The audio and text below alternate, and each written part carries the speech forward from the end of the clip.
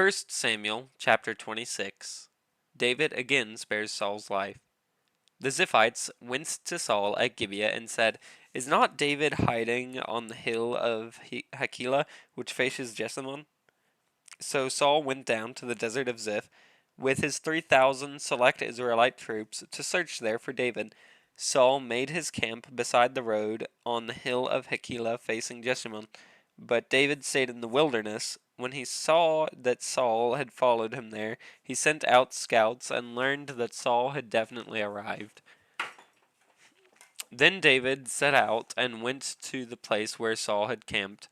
He saw where Saul and Abner, son of Ner, the commander of the army, had lain down. Saul was lying inside the camp, with the army encamped around him. David then asked Ahimelech the Hittite and Abishai, son of Zeruiah, Joab's brother, "Who will go down into the camp with me to Saul?" "I'll go with you," said Abishai. So David and Abishai went to the camp by night, and there was Saul lying asleep inside the camp with his spear stuck in the ground near his head. Abner and the soldiers were lying around him. Abishai said to David, "Today God has delivered your enemy into your hands. Now let me pin him to the ground with one thrust of the spear. I won't strike him twice." But David said to Abishai, "Don't destroy him. Who can lay a hand on the Lord's anointed and be guiltless? As surely as the Lord lives," he said, "the Lord himself will strike him, or his time will come and he will die, or he will go into battle and perish. But the Lord forbid that I should lay a hand on the Lord's anointed. Now get the spear and water jug that are near his head, and let's go." So David took the spear and water jug near Saul's head, and they left. No one saw or knew about it, nor did anyone wake up. They were all sleeping, because the Lord had put them into a deep sleep. Then David crossed over to the other side and stood on top of the hill some distance away. There was a wide space between them. He called out to the army and to Abner, son of Ner, "Aren't you going to answer me, Abner?"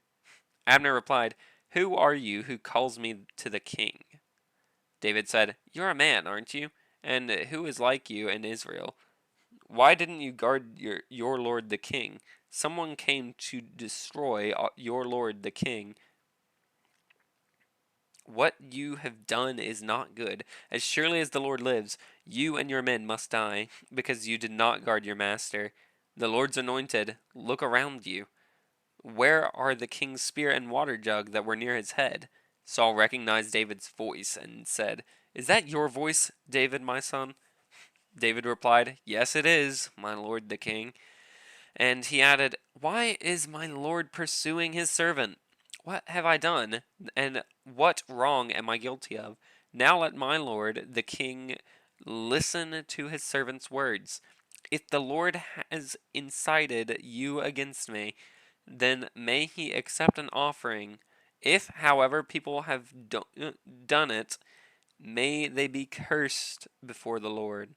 They have driven me today from my share in the Lord's inheritance, and have said, 'Go serve other gods.' Now do not let my blood fall to the ground far from the presence of the Lord.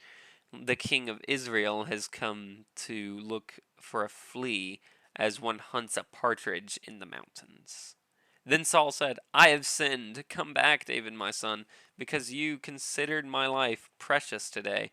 I will not try to harm you again. Surely I have acted like a fool and have been terribly wrong." "Here is the king's spear," David answered. "Let one of your young men come over and get it. The Lord rewards everyone for their righteousness and faithfulness. The Lord delivered you into my hands today, but I would not lay a hand on the Lord's anointed. As surely as I valued your life today, so may the Lord value my life and deliver me from all trouble." Then Saul said to David, "May you be blessed, David, my son. You will do great things and surely triumph." So David went on his way, and Saul returned home.